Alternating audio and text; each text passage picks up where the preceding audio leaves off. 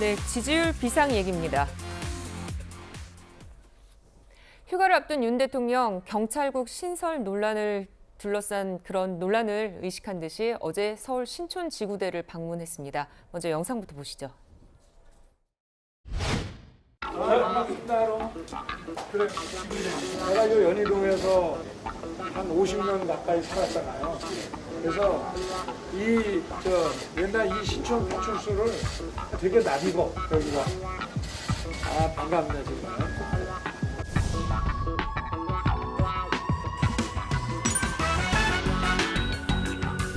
나도 학생 때 이렇게 술 먹고 집에 간다고 여기 지나가다 보면 여기가 그냥 바글바글해. 근데 여기 바글바글한 아주 힘든 데라.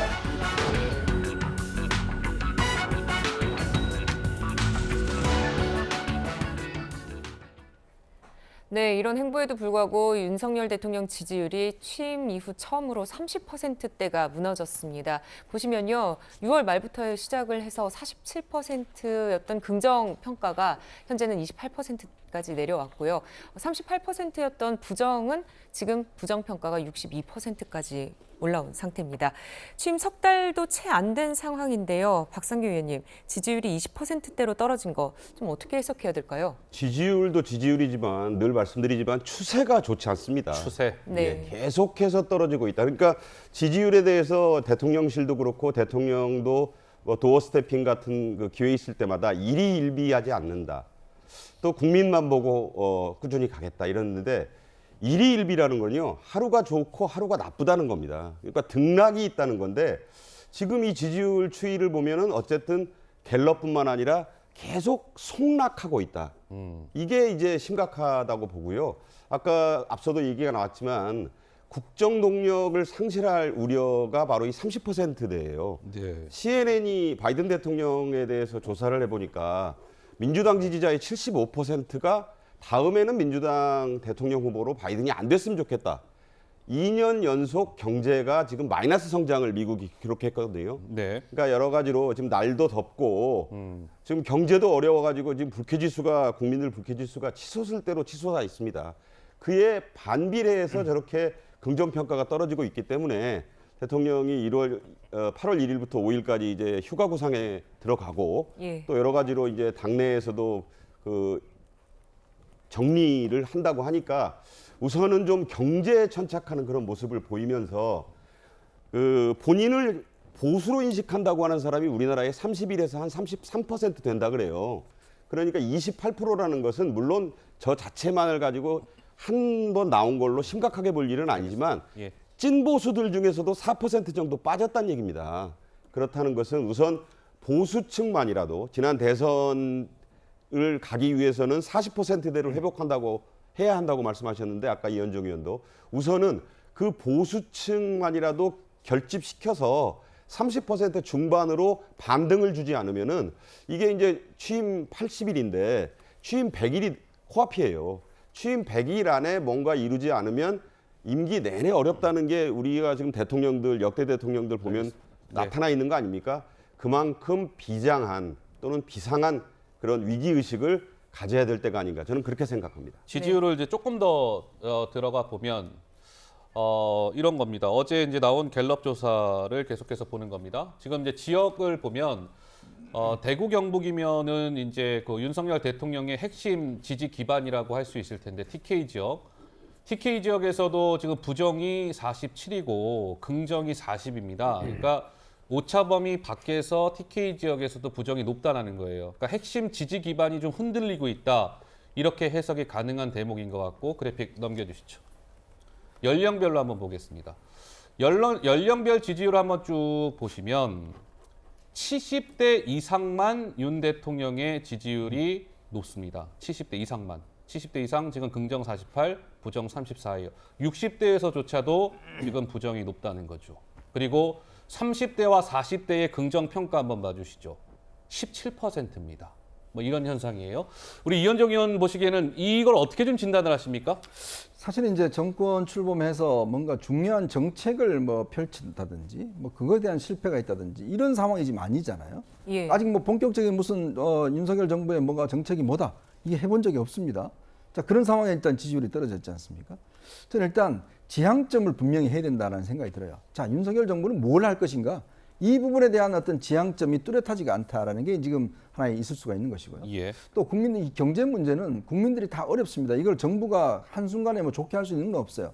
문제는 국민들과의 그동안 어떤 면에서 공감대가 필요하다는 거죠. 자, 나도 어려웠지만 정부도 열심히 하고 있구나. 그리고 정부가 이 경제 문제에 대해서 앞으로 잘 해나갈 것 같구나. 라는 믿음을 줘야 된다는 거거든요. 그러니까 모든 게 어떤 면에서 대통령의 언어에서 굉장히 그게 표출이 되는데 예. 문제는 그동안 대통령의 어떤 언어가 보면 아, 너무 거칠었다. 그리고 또 국민들과 공감대가 좀 떨어지는 측면이 있었다. 뭐 전 정부도 그랬지 않습니까? 라는 이야기라든지 아하, 예. 뭐 지지율 뭐 신경 안 씁니다. 라든지 신경 안 쓰는 사람 어디 있습니까? 아, 정말 국민들에게 딱한 예. 이 표처리를 좀 맡겠습니다라든지 그다음에 이번에 그 대우조선 문제가 생겼을 때도 아, 하청노조 분들 그분들도 어려움이 있기 때문에 그것도 저희들이 각별히 생각하겠습니다라든지 그러니까 뭔가 법과 원칙도 중요하죠. 그게 중심이지만 대통령이 챙겨야 될 것은 소외된 사람들도 챙겨야 되거든요. 네. 그러니까 그런 어떤 언어의 어떤 확장성이 있어야 되는데 그러니까 그게 이제 보이지 않는 거죠.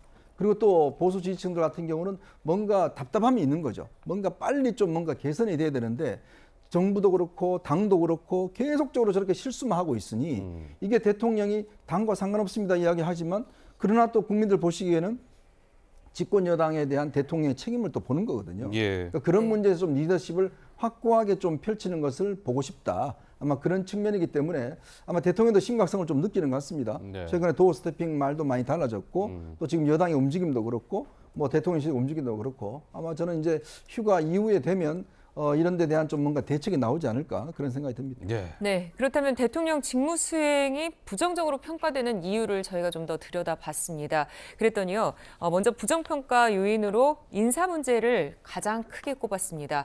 또 지금 보면 새롭게 등장한 것들도 있습니다. 최근 논란이 된 경찰국 신설, 또 내부 총질 문자 등으로 인한 여당 내 갈등이 부정평가 이후에 새롭게 들어온 겁니다. 이렇게 점점 부정평가가 되는 이유가 늘고 있는 상황인데요. 어제는 또 국정과제도 없고 교사와 학부모 의견 수렴조차 하지 않은 초등학교 입학 연령 하향 방안이 또 튀어나왔거든요. 최준봉 교수님, 예. 대통령 직무 수행에 대한 국민들의 평가가 조금 더 좋아지려면 어떤 일들이 있어야 될까요? 인사죠. 저는 인사. 인사부터 바꿔야 한다고 생각해요. 일단 인적 쇄신이 필요해요. 뭐 시기가 너무 빠르다 이런 얘기 하시는 분들이 있는데 시기 따지다가는요. 실기합니다. 실기. 시기를 놓쳐요.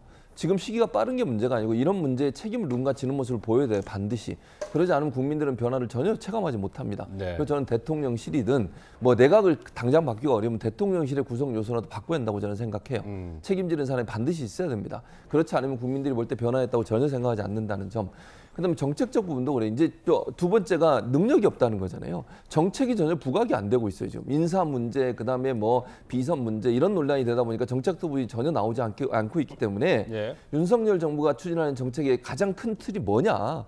그리고 국민들이 가장 어려워하고 힘들어하는 경제 문제이라 해서 어떤 정책을 갖고 있느냐 하는 부분들에 대한 적극적인 알림이 반드시 필요하고 그걸 이슈화하는데 집중하지 않으면 지금 지지율을 반등하기 어려울 거라고 생각합니다. 그러니까 네. 뭐 우리 대한민국 발전을 위해선 윤 대통령의 지지율이 올라가야 될 거 아니겠습니까? 자, 그렇다면 윤 대통령 이제 주말 이제 휴가예요. 다음 주 일주일 동안 휴가인데 정혁진 변호사 보시기에는 휴가 이후에 아까 이현정 의원이 뭔가 자꾸 말씀을 하셨어요. 뭔가의 대통령실의 대책이 있을 것 같다라는 약간 뉘앙스를 주셨는데 우리 정혁진 변호사 보시기에는 휴가 이후에 대통령실의 대대적인 비서실장 비롯해서 수석 비서관들 싹 다 뭐 교체한다든지 이런 특단의 대책이 좀 필요하다고 보십니까? 네, 저는 있어야 될 것 같습니다. 아하. 왜냐하면 네. 이제 데드 크로스가 7월 첫째 주에 있었거든요. 예. 그런데 지금은 어떻게 되냐면은 그 2배가 됐어요. 그러니까 지지율하고 그 비지지율하고 격차가 2배가 넘어갔단 말이죠. 한 달 사이에. 그런데 더 중요한 건 뭐냐면은 그 사이에 어떤 특별한 이벤트가 있었냐? 그렇지 않았거든요. 그 말은 뭐냐면 결국은 지금 대통령실에 정치력이 없다. 그 원래 이제 대통령은 지지율 신경 안 썼을 거예요. 검사는 욕먹는 자리이기 때문에 사람들 지지반 자리 아니거든요. 그러니까 검사는 내가 기소해가지고 유죄받으면 되는 거지 사람들한테 지지받는 자리가 아니기 때문에 그걸 그렇게 중요하게 생각을 안 하는 것이었던 것 같은데 그런데 중요한 거는 대통령은 정치적인 자리잖아요. 예. 근데 이런 부분들이 제대로 이루어지지 못하고 있다고 하는 것은 지금 대통령실의 핵심들이 정치력이 부재한 것이 아닌가.